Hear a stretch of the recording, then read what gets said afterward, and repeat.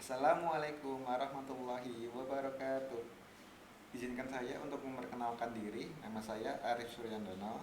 Pada kesempatan kali ini, saya akan mempresentasikan terkait tugas ujian akhir semester pada mata kuliah Analisis Sekuritas dan Portofolio Universitas Siber Asia. Baik,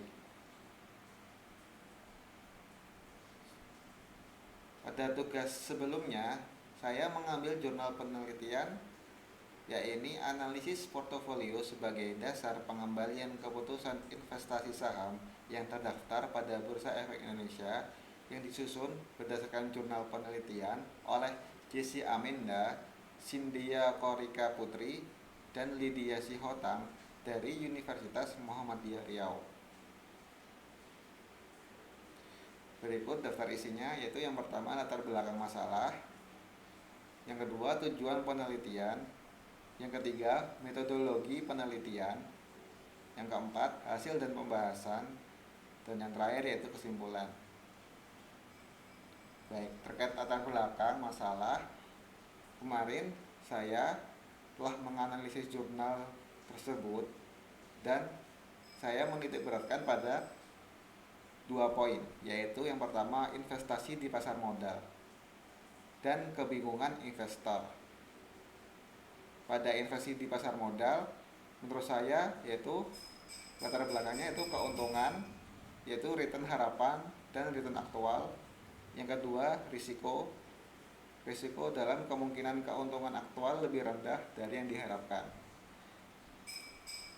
Yang kedua yaitu kebingungan investor. Banyaknya saham yang terdaftar di bursa membuat investor sulit memilih saham yang baik. Tujuan penelitian menurut saya setelah membaca jurnal tersebut yaitu untuk mengetahui saham-saham optimal yang tercatat di Bursa Efek Indonesia atau BEI dalam kelompok LQ45 menggunakan metode model indeks tunggal. Berikutnya terkait metodologi penelitian. Jenis penelitian yang dilakukan yaitu deskriptif kuantitatif. Periode penelitian yaitu dari Februari 2016 sampai dengan Desember 2021. Sampel yang digunakan yaitu 27 saham perusahaan yang terdaftar konsisten di LQ45. Teknik sampling yang digunakan yaitu purposive sampling. Dan sumber data yang digunakan yaitu data sekunder, yaitu informasi dan dokumen tertulis yang dipublikasikan oleh BEI. Metode pengumpulan data yaitu dengan melihat studi pustaka dan metode dokumentasi. Berikutnya yaitu objek penelitian. Saham-saham yang terdaftar dalam indeks LQ45 di Bursa Efek Indonesia. Kriteria pemilihan objeknya yaitu yang pertama masuk dalam ranking 45 saham perusahaan terbesar dari total transaksi saham di pasar reguler. Yang kedua, terdaftar secara konsisten di indeks LQ45 selama periode penelitian yaitu di antara Februari 2016 sampai dengan Desember 2021. Kemudian masih terdaftar sebagai emiten hingga Januari 2022 di Bursa Efek Indonesia. Karakteristik objeknya yaitu merupakan saham-saham yang memiliki tingkat likuiditas tinggi. Kemudian memiliki kapitalisasi pasar besar, didukung oleh fundamental perusahaan yang baik, memiliki frekuensi transaksi yang tinggi, dan berfluktuasi dalam hal volume transaksi. Berikut hasil penelitiannya.